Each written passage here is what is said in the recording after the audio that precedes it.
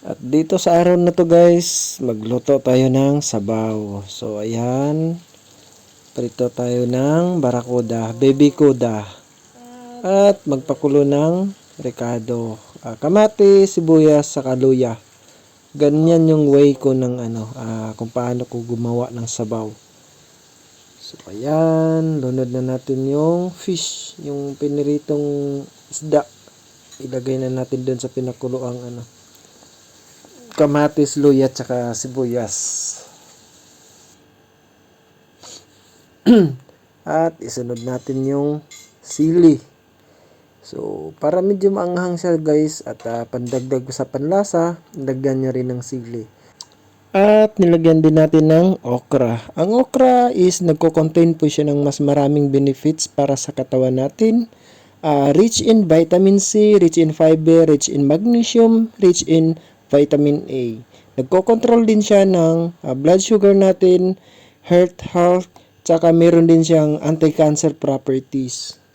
At so, ganyan nga yung magiging itsura mo pagkatapos mo kumain. Hindi, joke lang yun guys. So, bali dito sa portion ng video na ito guys, nagtataka ako every time na bababa ako at maggawa ako ng video dito, pasakay ng elevator, pababa at magiging ganyan nga yung size ng video ko. Yun yung hindi ko alam. Inobserbahan ko nga yan actually for many times pero ganun at ganun pa rin talaga ang nangyayari sa video size ko. Hindi ko alam yun kung anong nangyayari. Baka minulto yung bag. Di, joke lang. Hinanap ko dito si Cute Cute kasi si Cute Cute nakatanbay lang yun sa may lobby, dun sa may baba.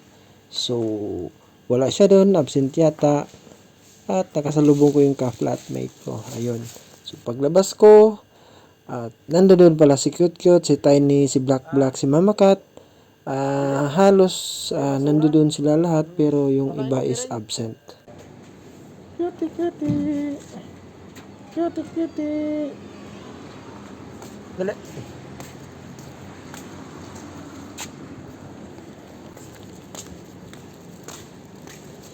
Dali, dali. Tiny. Uy. Ano yun? Tara, dali, dali.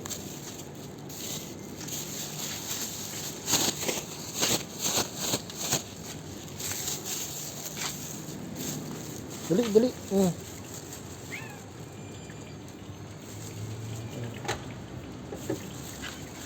Dito, mamakat. Dali, dali. Dito, dito. Dito guys, sinadya ko talagang fokusan yung bin. Kasi every time na makita ko ng bin, tsaka may pusang nakalublob doon at naghahanap ng pagkain, nadudurog yung puso ko. Parang kumikirot. Naawa ako sa kanila nang hindi ko naman sinasadya. Hindi ko man sila kaano-ano. Pero hindi ko alam kung bakit ako biglang naging ganun yung feelings ko sa mga pusa. Baka sa next life ko is magiging pusa ako. Pero sana yung cute naman. So, ayan nga guys. Dahil sa nagiging malapit ako sa pusa. Ayan yung gawain ko araw-araw. Umaga't gabi. Diyan ako bumababa. Hindi lang yan sila ang pusa dyan. Mas marami pa sila nandiyan dyan. Saka may mga Persian pa dyan na gumagala. Yung iba, mga mukhang in-house cat. Tapos nakawala. So, sa ngayon, ito lang sila at absent yung iba. So, ayan, marami akong nilapag dyan ng mga dried foods. Pero, hindi nila nauubos. So, ayan. Sa kabilang bakod guys, may Persian cat dyan na maliit pa. At mailap sa akin. So, hindi ko pa siya nahawakan. Unlike dito si Tiny. Meron yan siyang sakit dati na kalitsi. So, kalitsi ba yun o kalishi? Hindi ko alam kung paano basahin yun. Kalishi ata yun. Pero uri siya ng sakit ng mga pusa. So every time na pipet ako sa kanila, maghuhugas naman ako ng kamay dito sa pag-akyat ko dito sa sa room ko. Kasi may mga pusa din ako sa loob ng room at ayoko silang mahawa or magkasakit. Ayan. Yan yung para sa Persian cat.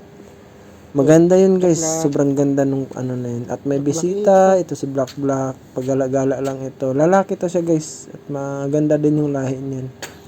Si Black Black, mataba na yan, tsaka kapon. Malapit na tayong matapos sa ating mission dito sa gabi na to. Guys, ulit, ako ang nag-iisang lokong angler na ang nagsasabi na minsan lang tayong mabuhay sa mundong ibabaw. At huwag tayong judgmental at magpakain na lang tayo ng pusa. Guys, sa hindi pa nakafollow ng page natin, Lokong Angler at Porbida Dudong at ang YouTube channel natin na Lokong Angler. Maraming salamat guys, pagpalain ang lahat.